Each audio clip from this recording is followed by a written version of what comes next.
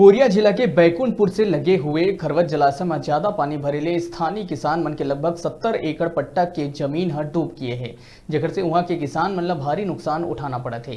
खरवत महुआ पारा के किसान मन बताइन कि लगभग 100 किसान मन के धान के फसल ह पानी में डूबे ले नष्ट हो चुके हैं, जेकर मुआवजा खातिर कोरिया कलेक्टर ला ज्ञापन सौंपे गए है।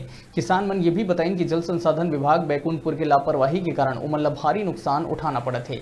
किसान मन के द्वारा कई बार ले जल संसाधन विभाग बैकुंठपुर ला अपन समस्या ले उमन अवगत करा है, फिर वहां के अधिकारी मन द्वारा डराए धमकाए जाते और कहे जाते कि जहां जाना है जा सकत हो, तुहर यहाँ ले कोई समस्या के समाधान नहीं हो पाही।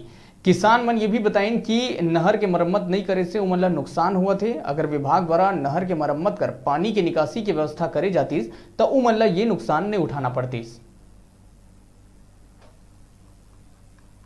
मांग है कि हमारा डुबान का मुआवजा दें फसल का, पहला।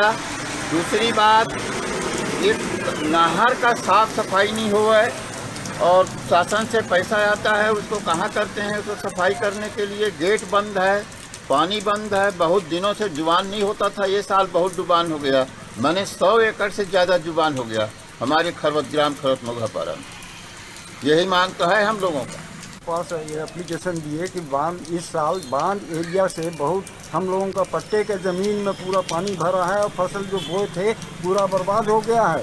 इसलिए पानी निकासी की व्यवस्था कराया जाए, प्लस हम लोगों को क्षतिपूर्ति दिया जाए जो फसल खराब हो गए हैं उसका। यही मांगते हैं। नहर में पानी जा ही नहीं रहा है, बेसवेयर में बहुत पानी कम निकल रहा है, इसलिए नहर का मरम्मत कराया जाए और पानी नहर से पूरा निकाला जाए तो हम लोगों का काम हो जाए। और नहर फूट भी गया है। हाँ, कितना एकड़ लगभग डुबान हो गया है आप लोगों का जमीन? 60-70 एकड़ होगा। 100 एकड़ से कम हो गया। हाँ, 60-70 एकड़ डुबान में है। पट्टे की जमीन माने 30-40 एकड़ प्रभावित हुआ है इससे।